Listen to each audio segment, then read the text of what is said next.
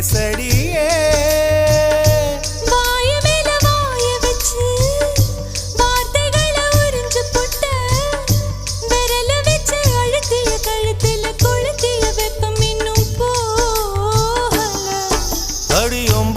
செவப்பு இல்லை கணுக்கால் கூட கருப்பு இல்லை நீ தீண்டும் இடம் தித்திக்குமே இனி பாக்கி உடம்பும் செய்ய வேண்டும் பாக்கியமே குறுக்கு சிரித்தவளே என்ன குங்குமத்தை கரைச்சவளே நெஞ்சில் மஞ்சள் தைச்சு குடிக்கையில் என்ன கொஞ்சம் பூசு தாயே